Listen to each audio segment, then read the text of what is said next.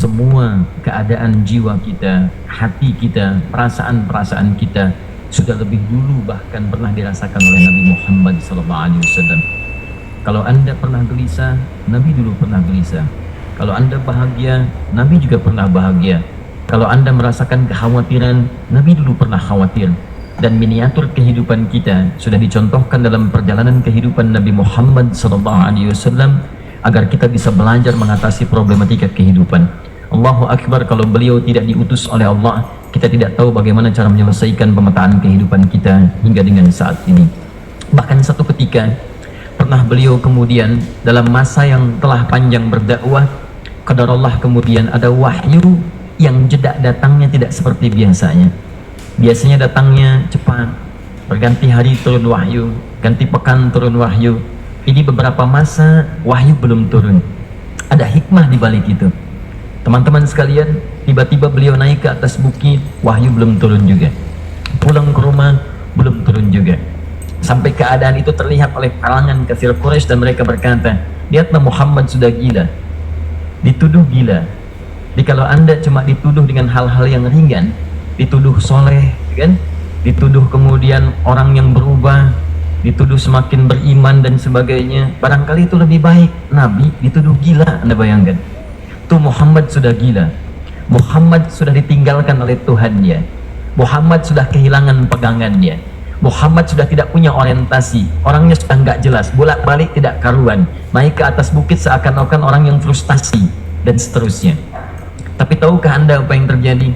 Setelah berbagai cacian, makian, tuduhan macam-macam diterima oleh Nabi SAW, lantas tibalah masanya Allah menurunkan satu surah, bahkan disandingkan dengan surah yang lainnya. Bersandinglah dua surah ini secara bersamaan turun, surah ke-93 dan surah ke-94-nya, terkait berkelindan, memberikan satu harapan yang sangat panjang. Kata Allah, wadduha wal-laili idza saja ma wadda'aka rabbuka wa ma qala walal akhiratu khairul laka minal ula walasawfa yu'tika rabbuka fatarda alam yajidka yatiman fa'awa wa wajadaka dhallan fahada wa wajadaka 'ailan fa'aghna fa ammal yatima fala taqhar wa ammas sa'ila fala tanhar wa amma bi ni'mati rabbika fahaddits. Ya Muhammad, saya bersumpah dengan waktu duha. Kalau kita baca dengan ilmu balaghahnya, itu bukan sekedar sumpah mengilustrasikan waktu duha, karena di ilmu balaghah itu nanti ada 3 turunan ilmu. Ada disebut ilmu ma'ani, ilmu mencari kata-kata sehingga ungkapannya sesuai untuk disampaikan. Mana kata-kata yang tepat untuk disampaikan dalam konteks yang ingin dibicarakan, itu ma'ani namanya. Kemudian setelahnya ada ilmu bayan, bagaimana mengemas kosakata yang bagus ini sehingga bisa disampaikan dengan jelas, orang tidak bingung menerimanya, paham maksudnya. Kemudian setelah itu kadang-kadang jelas kalimatnya, tapi kedengarannya tidak indah. Woi, rapatkan, woi, apa belum paham juga? Rapatkan saf. Nah, memang jelas, tapi nggak ngenakin. Maka bagaimana caranya disampaikan dengan jelas, tapi hati kita terasa nyaman, memuji. Terasanya nyaman diserahkan kepada Allah, tapi ada kebahagiaan, disampaikan tidak terasa tergurui, diperintahkan serasanya diberikan jalan untuk mendapatkan kebaikan. Maka yang ketiga disebut dengan ilmu badi' namanya, ilmu menghiasi kalimat yang disampaikan sehingga terasa dengan nikmat. Turunannya nanti ada majaz namanya, mengambil sebuah kalimatnya untuk diposisikan pada kalimat yang nyaman disebut dengan kinayah turunannya. Maka teman-teman, kata Allah wadduha, diterjemahkan demi waktu duha, bukan sekedar waktu duha, karena duha itu ada cahaya yang indah, dirasakannya enak. Antum keluar waktu duha kan enak tuh, berjemur, kata orang Sunda moyan gitu kan, datang, bahkan sampai dianalisis ada vitamin D-nya bisa terasakan ya. Kemudian setelah itu ada kenikmatan, enak suasananya, seakan-akan dunia milik sendiri, yang lain numpang. Wah, nyaman keluar itu. Baik, jadi wadduha itu ingin bersumpah mengilustrasikan waktu kenyamanan yang pernah dilalui.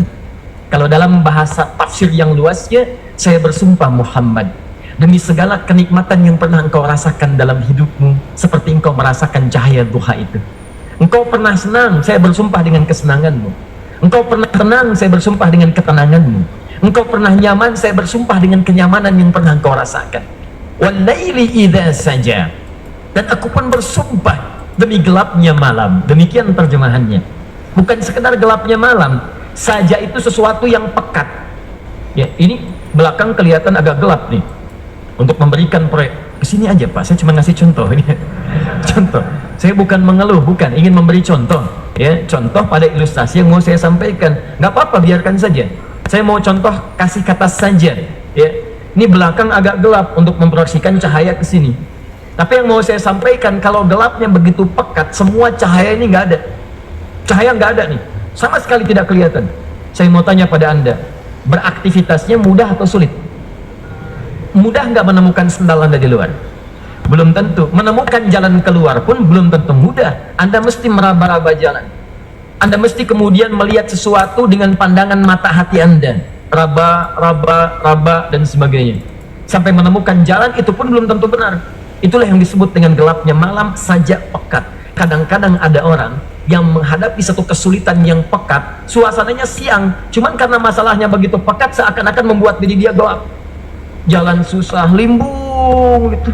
Kenapa gelap ya? Padahal terang. Karena masalah menggelimuti dirinya, seakan-akan dia diselimuti masalah yang gelap. Bimbang dia, makan nggak enak, minum nggak nyaman, dan seterusnya.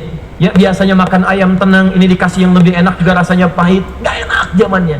Maka kalau kita ilustrasikan dalam suasana tadi, Muhammad, saya bersumpah, engkau pernah hidup nyaman, ataupun engkau mengalami masalah yang sangat pekat dalam kehidupan.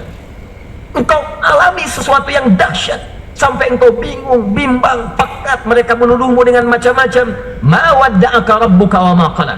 Saya pastikan kepadamu, dalam keadaan nyamanmu seperti dulu, ataupun engkau bimbang seperti sekarang, Tuhanmu tidak akan pernah meninggalkanmu ataupun menuduhmu gila. Orang-orang yang dekat dengan Allah Subhanahu wa ta'ala, maka Allah akan menjaganya, baik dalam keadaan yang tenang dan nyaman, ataupun dalam kesulitan yang luar biasa. Walal akhiratu khairul laka minal ula. Nanti saya akan tunjukkan kepadamu, jika kamu telah tabah dan sabar menerima cacian mereka, menerima tuduhan mereka, nggak apa-apa, ini kan muqaddimah. Masa kamu masih panjang, kamu masih panjang dalam berdakwah, kehidupan kamu masih panjang membawa tugas dan misi. Kalau kamu belum bersabar pada yang sekarang, bagaimana dengan yang di masa depan? Tapi saya pastikan kepadamu, jangankan yang seperti ini, masalah pekat yang paling hebat pun kamu akan hadapi, yang membuat kamu sedemikian sulit lebih daripada ini, yakinkan pada jiwamu, aku tidak akan pernah meninggalkanmu. Ini prinsip dalam kehidupan kita. Jika Anda menggantungkan hidup kepada Allah, Anda bersandar dengan baik kepada Allah, maka ayat ini akan mengatakan, teman-teman sekalian, Allah tidak akan pernah meninggalkan Anda dalam setiap kehidupan Anda. Nanti, sekarang perjuangan, kata Allah, walal akhiratu khairul laka minal ula. Nanti saat kamu tiba di akhirat, saya akan tunjukkan kepadamu ada yang lebih hebat yang tidak pernah engkau rasakan sebelumnya saat di bumi. Tidak akan ada lagi kesulitan yang kamu hadapi, tidak akan ada lagi cacian yang kamu kemudian hadapi, tidak ada lagi kemudian tuduhan yang kemudian kamu rasakan. Aku akan berikan apapun yang kamu inginkan sampai kamu puas. Wala sawfa yu'tika rabbuka fatarda. Nanti kamu pengen apapun, aku berikan. Kalau saufa masih ada jeda, ya.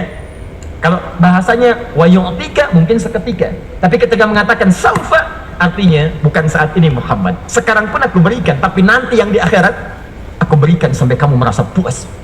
Ayo minta apa saja, hadir, hadir, hadir, hadir. Tapi yang paling indah, kalau kamu tidak percaya, alam yajidka yatiman fa'awa. Cobalah ingat, kalau sekarang sedang susah, coba ingat dulu, bukankah saat kamu yatim aku yang merawat sampai kamu tidak merasakan kegelisahan itu? Lahir bapak tidak ada, aku cukupkan dengan kakek. Kakek meninggal, aku hadirkan ibu dan paman hadir di sekitaranmu. Ibu meninggal, ada kakek. Kakek meninggal, ada paman. Dan Khadijah hadir di sekitaranmu. Bukankah aku rawat pada saat itu? Wajadaka dhallan fahada. Kamu sedang bingung, sedang susah, bukankah sering aku berikan petunjuk kepadamu? Wajadaka ailan fa'aghna. Kamu merasakan kesulitan, lahir dalam keadaan yatim, tidak ada pendukung, maka aku jadikan kaya. Bukankah saat kamu menikah dengan Khadijah, aku tambahkan lagi pendukung untuk misi dakwahmu? Ini pesan dalam Al-Quran. Kalau Anda sedang merasa susah, kalau ingin menenangkan diri, ingat-ingat yang baik-baik yang dulu. Kalau Anda sedang jatuh dalam bisnis, ingat-ingat saat Anda meningkat dalam bisnis Anda. Allah tidak pernah tinggalkan Anda. Mungkin ini ujian untuk membuat Anda lebih hebat lagi di masa depan. Kalau Anda tidak tahan bantingan yang sekarang, bagaimana Anda bisa mengatasi pelintiran yang akan datang? Karena dalam kehidupan bukan cuma dibanting. Anda mungkin mengalami penyingkiran, penyungkuran, lipatan, guntingan, bantingan, macam-macam. Jikalau satu gaya belum bisa Anda atasi, bagaimana Anda bisa berharap mendapatkan turunan yang lainnya? Selalu ingat bahwa jika hidup Anda ingin tampil gaya, Anda harus merasakan tekanan dalam kehidupan. Karena F selalu berbanding lurus dengan P, hukum Pascalnya. Gaya berbanding lurus dengan tekanan. Orang yang ingin tampil gaya dalam kehidupan, maka dia mesti siap menghadapi tantangan-tantangan hidup yang diatasi. Turun ayat sampai ujungnya. Jikalau kamu sudah begini lagi, jangan pernah kamu bentak orang lain. Jangan pernah merendahkan orang lain, karena Allah pun menjaga setiap hamba sepanjang ia mendekat kepadamu. Setelah itulah turun kemudian surah Al-Insyirah. Alam nashrah laka sadrak. Untung kenal Nabi Musa? Baik. Tapi agak lumayan lah. Tadi saya di Soreang kenal Fir'aun, di sini Musa. Baik, alhamdulillah. Perhatikan ya, dahsyatnya pemberian Allah kepada Nabi Muhammad SAW. Nabi Musa alaihi salam, dan seringkali kita bacakan untuk memohon kepada Allah, Rabbi syrahli sadri. Perhatikan baik-baik. Ini keunggulan Nabi Muhammad SAW dibanding Nabi Musa alaihissalam. Dua-duanya Nabi, Rasul, tapi masing-masing punya keistimewaan. Musa, Nabi, berdakwah, memohon kepada Allah kelapangan hati. Rabbi syrahli sadri. Ya Allah, tolong lapangkan hatiku nih. Kenapa mesti lapang? Karena pasti Musa merasakan nih, saya tahu betul karakter Fir'aun. Belum apa-apa sudah memaki.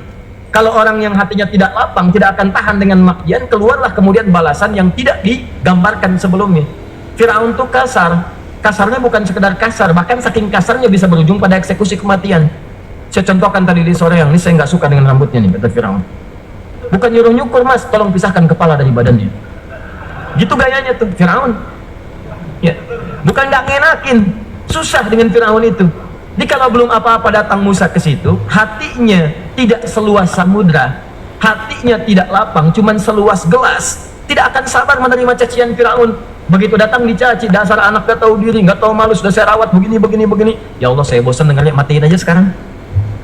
Musa Nabi berdoa dikabulkan. Cuman kalau Fir'aun kemudian ajalnya misal wafat pada saat itu, tidak akan jadi contoh kepada kita untuk kekinian.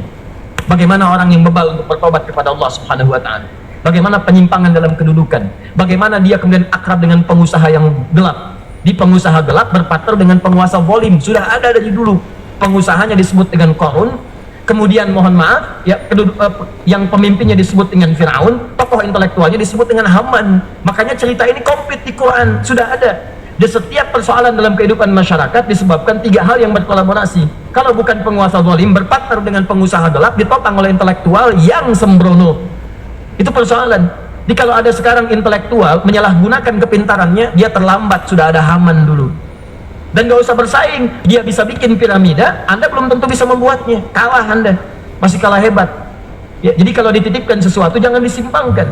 Yang ingin saya sampaikan, Musa mengatakan Rabbi syrahli sadri. Nabi berangkat berdoa dikabulkan oleh Allah.